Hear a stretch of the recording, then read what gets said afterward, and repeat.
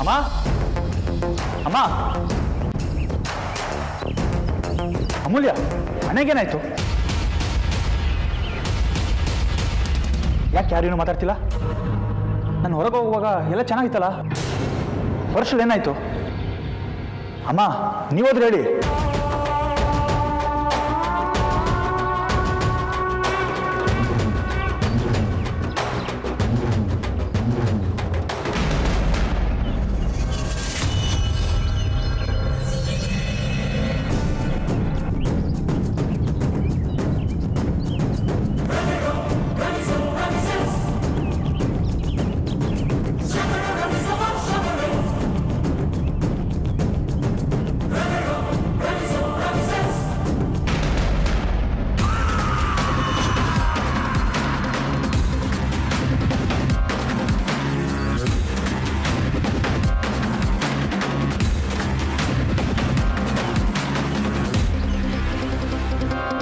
ಯಾರು ಮಾಡಿದ್ದು?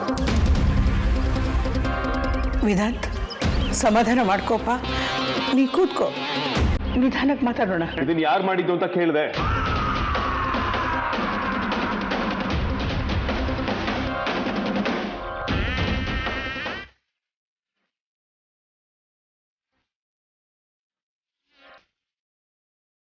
ಅಪ್ಪ, ಇದನ್ನೆಲ್ಲ ಯಾರು ಮಾಡಿದ್ದು ಅಂತ ಹೇಳಿ.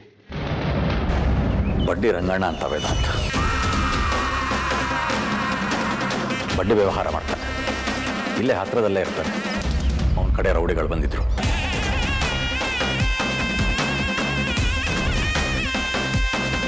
ಬಡ್ಡಿ ವ್ಯಾಪಾರ ಮಾಡೋನು ರೌಡಿಸಮ್ ಯಾಕೆ ಮಾಡ್ತಾನೆ? ದುರಹಂಕಾರ ವೇದಾಂತ್. ನಾವು ಅವನ ಅನುಮತಿ ತಗೊಳ್ದೇನೆ ವ್ಯವಹಾರ ಶುರು ಮಾಡಿದ್ದೀವಿ ಅಂತ ಇಲ್ಲೆಲ್ಲ ದಾಂಧಲೆ ಮಾಡಿ ಹೋಗಿದ್ದಾರೆ. ಮನೆಯಲ್ಲಿ ಹೆಣ್ಮಕ್ಳಿದ್ದಾರೆ ಅಂತ ನಾನು ನೋಡಲಿಲ್ಲ. ತುಂಬ ವಿಲಕ್ಷಣವಾಗಿ ನಡ್ಕೊಂಡ್ರು. ಮೆಸ್ ನಡೆಸೋದಕ್ಕೆ ಅವ್ರ ಪರ್ಮಿಷನ್ ಯಾಕೆ ತಗೋಬೇಕು? ನೀವೇನು ಇಲ್ಲಿಗಲ್ ಬಿಸ್ನೆಸ್ ಮಾಡ್ತೀವಲ್ಲ, ಹಾಗೇನಾದರೂ ಇದ್ದಿದ್ರೆ ಪೊಲೀಸ್ ಬಂದಿತ್ತು. ಇವ್ರಿಗೇನು ಪ್ರಾಬ್ಲಮ್ಮು? ಈ ಏರಿಯಾದಲ್ಲಿ ಯಾರೇ ಏನೇ ಬಿಸ್ನೆಸ್ ಶುರು ಮಾಡಿದ್ರು ಅವರ ಅನುಮತಿ ತಗೋಬೇಕಂತೆ. ಅವ್ರಿಗೆ ಒಂದಿಷ್ಟು ಹತ್ತಾತರ ಕೊಟ್ಟು ನಾವು ಬಿಸ್ನೆಸ್ ಮಾಡಬೇಕು ಅನ್ನೋದು ಅವ್ರ ವಾದ. ತುಂಬಾ ದೊಡ್ಡ ತಪ್ಪು ಮಾಡ್ಬಿಟ್ಟ. ಅವ್ರಿಗೆ ಸರಿಯಾದ ಪಾಠನ ನಾನು ಕಲಿಸ್ಕೊಡ್ತೀನಿ. ಅಣ್ಣ ನಾನು ಬರ್ತೀನಿ. ಬೇಡ, ನೀನು ಇಲ್ಲದೆ ಇದ್ದಿದ್ದಕ್ಕೆ ಇಷ್ಟು ದೊಡ್ಡ ಅನಾಹುತ ಆಗಿರೋದು. ವೇದಾಂತ್ ಬೇಡಪ್ಪ, ಹಿಂದೂ ಮುಂದೆ ಯೋಚನೆ ಮಾಡಿದ್ದು ದುರ್ಗಕ್ಕೆ ಹೋಗ್ಬಿಟ್ಟು. ಮನೆಯ ವಿಚಾರ ಬಂದಾದ್ಮೇಲೆ ಹಿಂದೂ ಮುಂದೆ ನೋಡೋ ಅವಶ್ಯಕತೆನೇ ಇಲ್ಲಮ್ಮ. ಅವ್ರ ಲಿಮಿಟ್ ಅವ್ರು ಕ್ರಾಸ್ ಮಾಡಿದ್ದಾನೆ. ಅವ್ರ ಲಿಮಿಟ್ ಅವ್ರಿಗೆ ತಿಳಿಸ್ಬರ್ತೀನಿ. ಅಯ್ಯೋ ಸರಿ, ನೀವಾದ್ರೂ ಅವನ್ನ ತಡಿಬಾರ್ದ? ಪ್ರವೇಶದಿಂದ ಹೋಗ್ತಿದ್ದಾನೆ. ಮೊದಲೇ ಅವರೆಲ್ಲ ರೌಡಿಗಳು, ಅವ್ರ ಸಹವಾಸ ನಮಗೆ ಬೇಕಾ? ವೇದಾಂತ್, ವೇದಾಂತ್,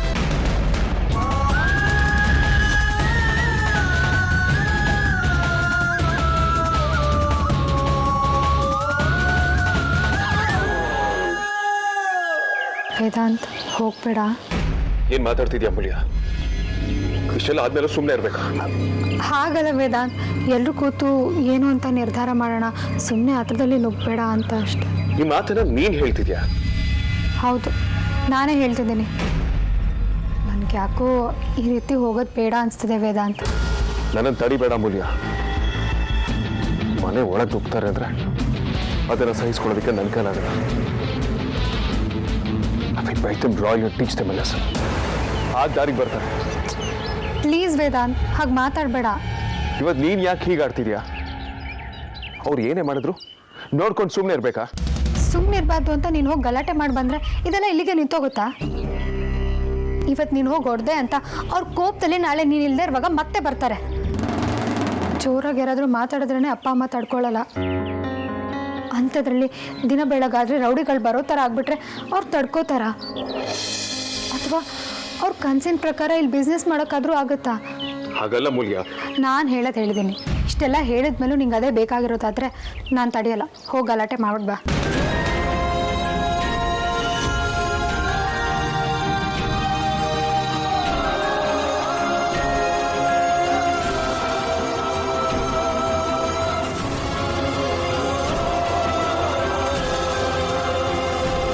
ಏನು ಮಾಡೋದು?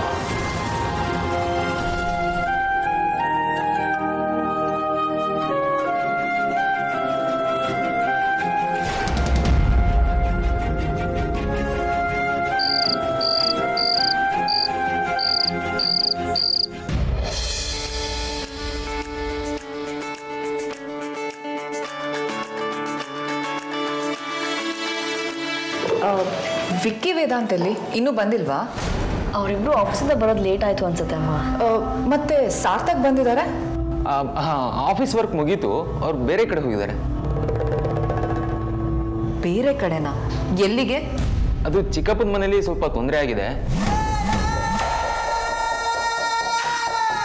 ಅದಕ್ಕೆ ಅವರಿಬ್ರು ಅಲ್ಲಿಗೆ ಹೋಗಿದ್ದಾರೆ.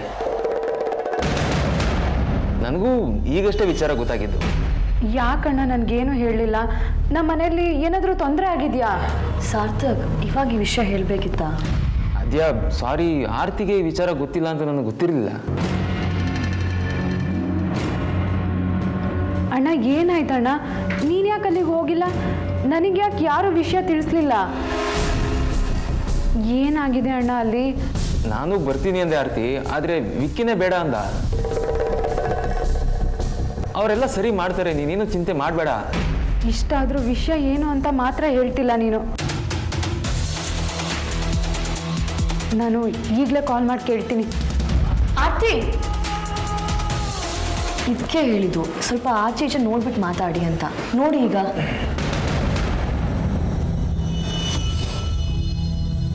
ನೀವು ನನಗೆ ಗೊತ್ತಾಗಬಾರ್ದು ಅಂತ ಎಷ್ಟೇ ಮುಚ್ಚಿಡಕ್ಕೆ ಪ್ರಯತ್ನ ಪಟ್ಟರು ಅದು ನಿಮ್ಮಿಂದ ಮಾತ್ರ ಆಗಲ್ಲ.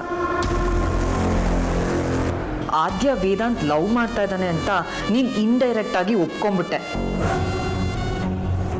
ಇಲ್ಲ ಅಂದರೆ ಆ ಕೊಂಪೆನ ಉದ್ಧಾರ ಮಾಡೋಕ್ಕೆ ಅವ್ನು ಯಾಕೆ ಹೊತ್ತಲ್ಲಿ ಹೋಗ್ತಾ ಇದ್ದ?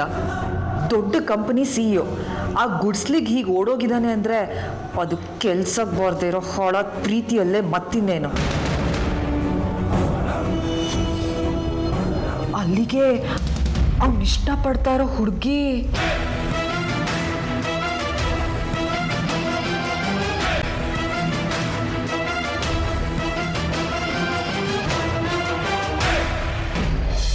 ಇಷ್ಟೆಲ್ಲ ಆಗೋದಕ್ಕೆ ರಂಗನಿಗೆ ಅರ್ಥ ಕೊಟ್ಟಿಲ್ಲ ಅಂದಷ್ಟೇ ಕಾರಣ ಅಲ್ಲ, ಇದಕ್ಕೆ ಬೇರೆ ಕಾರಣನೂ ಇದೆ. ಏನು ಕಾರಣ ರಾಜಣ್ಣ? ನಾನು ನಮ್ಮ ಆಟೋ ಡ್ರೈವರ್ಸ್ ಹತ್ರ ಮಾತಾಡಿ ವಿಷಯನ ತಿಳ್ಕೊಂಡೆ. ನಮ್ಮ ಆಟೋ ಸ್ಟ್ಯಾಂಡ್ ಹತ್ರ ಶಾಂತಮ್ಮ ಅನ್ನೋದು ಒಂದು ಕ್ಯಾಂಟೀನ್ ಇದೆ. ಅಲ್ಲಿ ಸಣ್ಣ ಪುಟ್ಟ ತಿಂಡಿ ಮತ್ತು ಮಧ್ಯಾಹ್ನ ಊಟ ಸಿಗುತ್ತೆ. ಅವಳು ಈ ರಂಗಣ್ಣಗೆ ಚೆನ್ನಾಗಿ ದುಡ್ಡು ತಿನ್ನಿಸ್ತಾಳೆ. ಆದರೆ ಅವಳು ಕಲಬೆರಕೆ ಬಿಸ್ನೆಸ್ ಮಾಡ್ತಾಳೆ. ಅನ್ನಕ್ಕೆ ಸೋಡಾ, ಸಾಂಬಾರಿಗೆ ನೀರು ಸೇರಿಸಿ ಕೆಟ್ಟ ಊಟ ಕೊಡ್ತಾಳೆ. ಹಾಗಂತ ಅದಕ್ಕೆ ದುಡ್ಡೇನು ಕಡಿಮೆ ತಗೊಳ್ಳಲ್ಲ.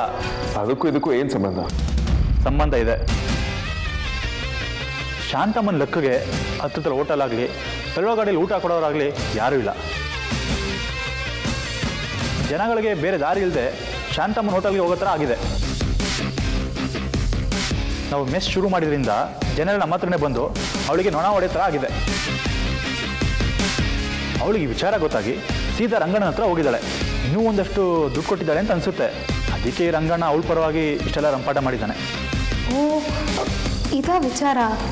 ಅಂದರೆ ನಾವು ನಾಳೆ ಮೆಸ್ ಸ್ಟಾರ್ಟ್ ಮಾಡಿದ್ರೆ ಅವ್ರು ಮತ್ತೆ ಇದನ್ನೇ ರಿಪೀಟ್ ಮಾಡ್ತಾರೆ.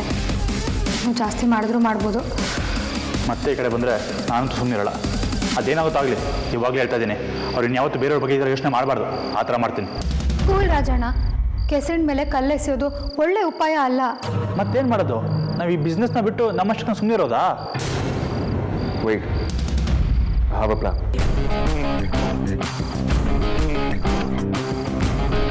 ಬಟ್ ಅದಕ್ಕೆ ನಿಮ್ಮೆಲ್ಲ ಸಪೋರ್ಟ್ ನನಗೆ ಬೇಕು. ನೀನು ಬಡ್ದಾಡೋ ವಿಚಾರ ಬಿಟ್ಟು ಬೇರೆ ಏನು ಹೇಳಿದ್ರು ನಾನು ನಿನ್ನ ಜೊತೆ ಇದ್ದೀನಿ.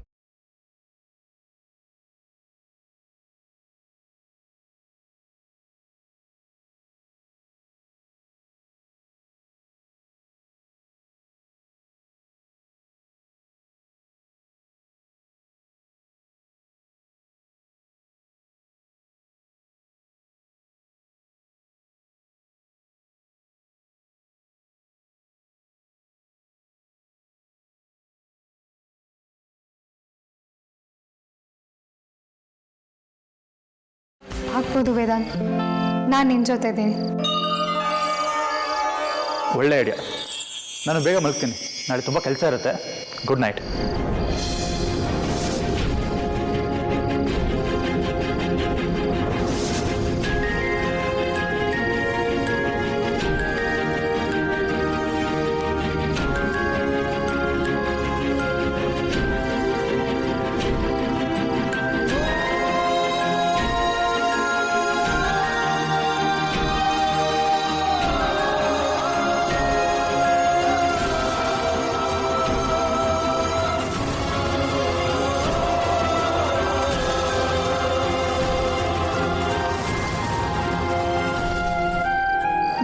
ಮಾಡಿದ ತಪ್ಪಿಗೆ ಆಲ್ರೆಡಿ ಇರೋ ಸಮಸ್ಯೆಗಳ ಜೊತೆ ನಂದು ಒಂದಷ್ಟು ಸಮಸ್ಯೆಗಳು ಸೇರ್ಕೊಂಡ್ಬಿಡ್ತು ಅಲ್ವಾ ವೇದಾಂತ್? ಯಾಕೆ ಒಳ್ಳೆ ಹಳೆ ಹೀರೋ ಅಂತ ಆಡ್ತೀಯ? ನನ್ನ ಜೀವನದಲ್ಲಿ ನಾನು ತುಂಬ ಖುಷಿಯಾಗಿರೋದು, ನೆಮ್ಮದಿಯಿಂದ ಇರೋದು ನೀನು ನೆನಪಿಸೋದಕ್ಕೆ ಶುರು ಮಾಡಿದಾಗಿತ್ತು. ನನ್ನ ಅಷ್ಟು ಸುಖಗಳು ನನಗಿರಲಿ ಪಚಾರಿ, ನಿನ್ನ ಅಷ್ಟು ದುಃಖಗಳು ನನಗಿರಲಿ.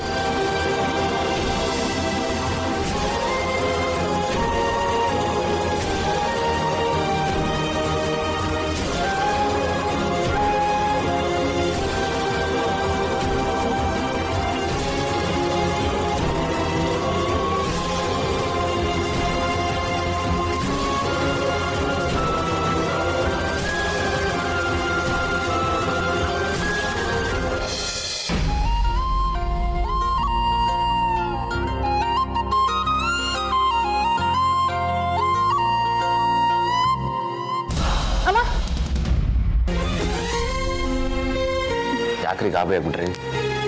ಅದು ಬಿಡಿ ವಿಕ್ಕಿ ಅವರೇ, ಮನೇಲೆಲ್ಲ ಹೇಗಿದ್ದಾರೆ?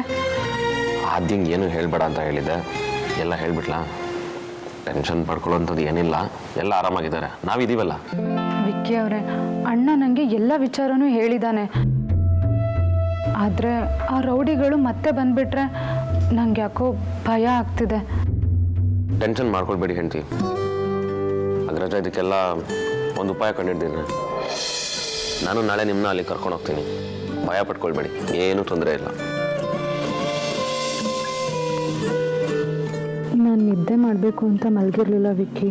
ಹಾಗೆ ಸುಮ್ಮನೆ ತಲೆ ಕೊಟ್ಟು ಹೊರಗ್ತಿದ್ದಾಗೆ ನಿದ್ದೆ ಬಂದ್ಬಿಡ್ತು. ಅಮ್ಮಂಗೆ ಫೋನ್ ಮಾಡಿದ್ದೆ. ನಾನು ಚಿಂತೆ ಮಾಡ್ತೀನಿ ಅಂತ ಗಂಟ್ಲು ಗೊತ್ತಿಲ್ಲ, ಆದರೆ ಎಲ್ಲ ಆರಾಮಾಗಿದೆ ಅಂದ್ಲು. ಆದರೆ ಅವಳು ಎಷ್ಟು ಯೋಚನೆ ಮಾಡಿರ್ತಾಳೆ, ನನಗಂತೂ ನಂಬಿಕೆ ಇಲ್ಲ. ಮನ್ಗಿದ್ರೆ ಬರೀ ಕೆಟ್ಟ ಕನಸು. ಮನಸ್ಸಲ್ಲಿ ಒಂದ್ಸಲ ಆತಂಕಕ್ಕೆ ಅವಕಾಶ ಮಾಡಿಕೊಟ್ರೆ ಅದು ಬೇರೆ ಬೇರೆ ಥರ ಭಯ ಹುಡ್ಸೋಕೆ ಶುರು ಮಾಡುತ್ತೆ. ಏನೂ ಆಗಲ್ಲ, ನೀವು ಚಿಂತೆ ಮಾಡಬೇಡಿ, ಎಲ್ಲ ಸರಿ ಹೋಗುತ್ತೆ. ನೀವು ನನ್ನ ಸಮಾಧಾನಕ್ಕೆ ಹೀಗೆಲ್ಲ ಮಾತಾಡ್ತಿದ್ದೀರಾ ಅಲ್ವಾ? ಇಲ್ಲ ಹೆಂಡ್ತಿ, ಹಾಗಲ್ಲ. ಇಲ್ಲ, ನನಗೆ ಹಾಗೆ ಅನ್ನಿಸ್ತಾ ಇದೆ. ಒಬ್ಬರು ಟೆನ್ಷನಲ್ಲಿದ್ದರೆ ಇನ್ನೊಬ್ಬರು ಅದನ್ನು ಕಮ್ಮಿ ಮಾಡಲೇಬೇಕಲ್ವಾ?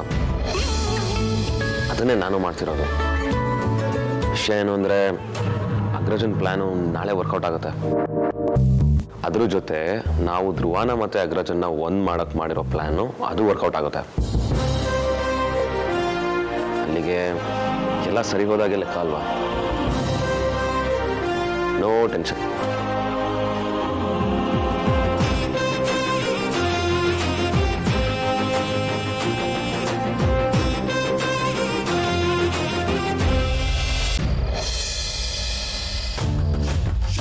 ಅಲ್ಲೇ ಹಳೆ ಮುದ್ಕಿ ಅಕ್ಕ, ಹಳೆ ಮುದ್ಕಿ ಅಕ್ಕ, ಲೇಟೇನ ಸರಿಸ್ ಅಮ್ಮಕ್ಕ ಅಂತ ಕರಿಯ.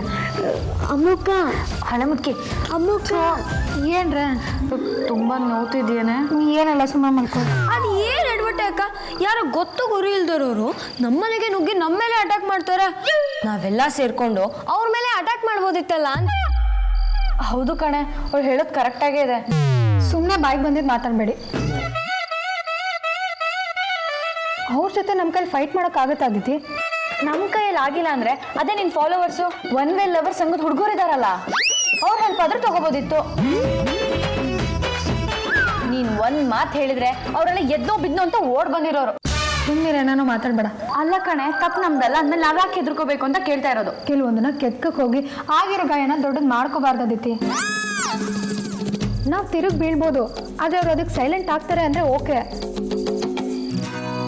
ಆದರೆ ನಾವು ಆ ರೀತಿ ಉಲ್ಟಾ ಹೊಡೆದಿದ್ರೆ ಅವ್ರು ಇನ್ನಷ್ಟು ಜನನ ಕರ್ಕೊಂಡು ಬಂದು ಮತ್ತೆ ಇದೇ ರೀತಿ ಮಾಡಿರೋರು.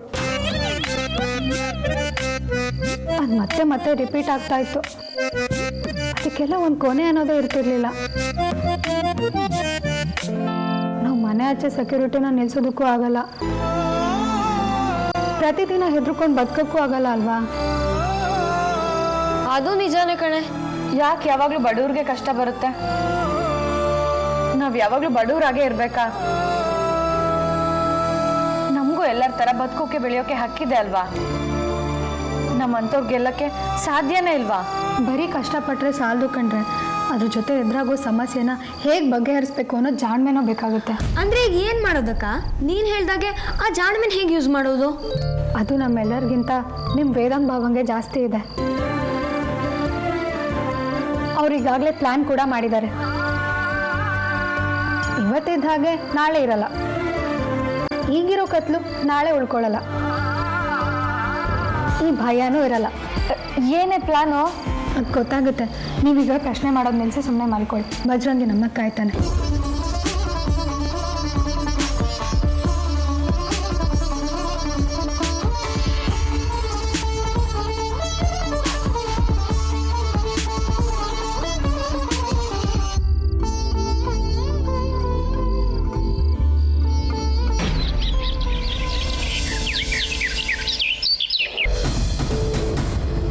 ವೇದಾಂತ್, ಒಂದು ನಿಮಿಷ.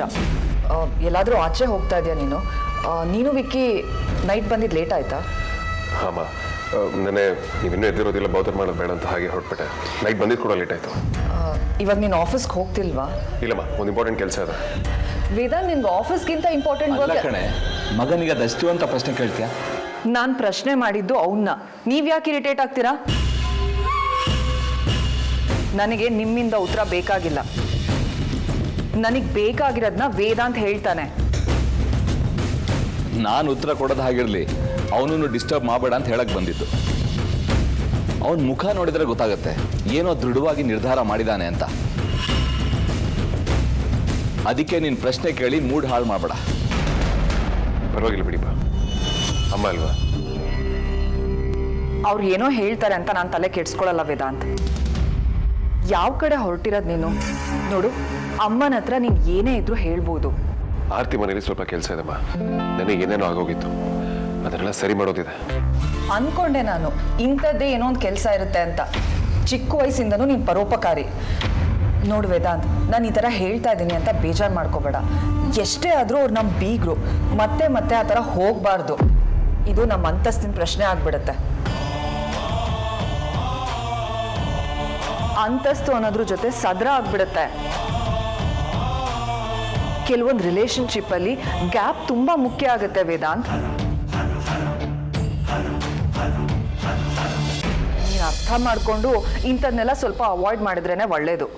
ಅಮ್ಮ, ಅವ್ರ ಹತ್ರ ಹೆಚ್ಚು ಹಣ ಇಲ್ಲದೆ ಇರ್ಬೋದು, ಆದರೆ ಕಷ್ಟ ಅಂತ ಬಂದಾಗ ದುಡ್ಡಿಗಿಂತ ಹೆಚ್ಚು ದಿನ ನಮಗೆ ಮಾಡ್ತಾರೆ. ದುಡ್ಡಿರೋರು ವ್ಯವಹಾರ ಲೆಕ್ಕ ಎಲ್ಲ ಜಾಸ್ತಿ ಮಾಡ್ತಾರೆ, ಅದಿಲ್ಲದೆ ಇರೋರು ಕಾಳಜಿ ಪ್ರೀತಿನ ಜಾಸ್ತಿ ಮಾಡ್ತಾರೆ. ಬಡವರು ಶ್ರೀಮಂತರಿಂದ ದುಡ್ಡು ಮಾಡೋದು ಹೇಗೆ ಅಂತ ಮಾತ್ರ ಕಲಿಬೋದಷ್ಟೇ. ಆದರೆ ಶ್ರೀಮಂತರು ದುಡ್ಡು ಮಾಡಾದ್ಮೇಲೂ ನೆಮ್ಮದಿಯಿಂದ ಹೇಗೆ ಬದುಕಬೇಕು ಅನ್ನೋದನ್ನ ಬಡವರಿಂದ ಮಾತ್ರ ಕಲಿಬೇಕಮ್ಮ. ದೊಡ್ಡಸ್ತಿಕೆ ತೋರಿಸೋದು ದೊಡ್ಡತನ ಅಲ್ಲಮ್ಮ. ದೊಡ್ಡ ಹೃದಯ ಅನ್ನೋ ದೊಡ್ಡ ಮನುಷ್ಯ. ಅಷ್ಟಕ್ಕೂ ಬಿ ಫ್ಯಾಮಿಲಿಯಲ್ಲಿ ಅಂತರ, ದೊಡ್ಡಸ್ತಿಕೆ, ಅಂತಸ್ತು ಇದ್ಯಾವುದೂ ಇರೋದಿಲ್ಲ.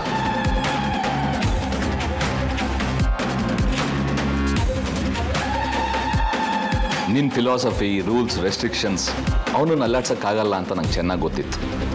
ಏನೇ ಅಂದರೂ ಅವನು ಅವರಪ್ಪನಿಗಿಂತ ಮೇಲೆ ಹೋಗಿದ್ದಾನೆ.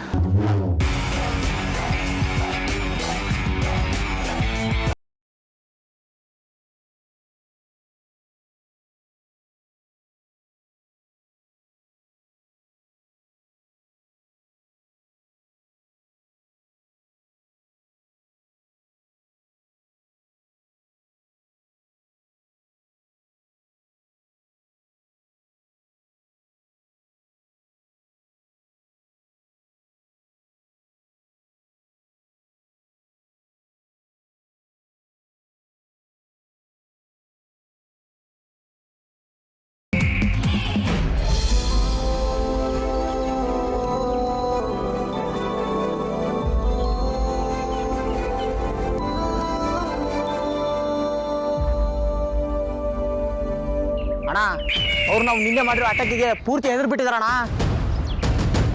ಮನೆಯಲ್ಲಿರೋ ಪಾತ್ರೆ, ಪಗಡಿ, ಸಾಮಾನೆಲ್ಲ ಮಾರೋದಕ್ಕೆ ತಗೊಂಡು ಹೋಗ್ತಾ ಇದ್ದಾರಣ್ಣ. ದಡ್ಡ, ನೀನ್ ಮೊದ್ಲೇ ಎಡವಟ್ ರಾಜ, ಸರಿಯಾಗಿ ನೋಡ್ದೆ ತಾನೆ? ಅಯ್ಯೋ, ನೋಡ್ತಾ ಇದ್ದೀನಣ್ಣ. ಪಾತ್ರೆನೆಲ್ಲ ಆಟೋದಲ್ಲಿ ತುಂಬ್ತಾ ಇದ್ದಾರಣ್ಣ. ಅದೇ ಅಲ್ವೇನೋ ನಮಗೂ ಬೇಕಾಗಿರೋದು. ಹೆಂಗೆ ಟೆಂಟ್ನ ನಿಕ್ಕಲ್ ಮಾಡಿಸಿದೀವಿ.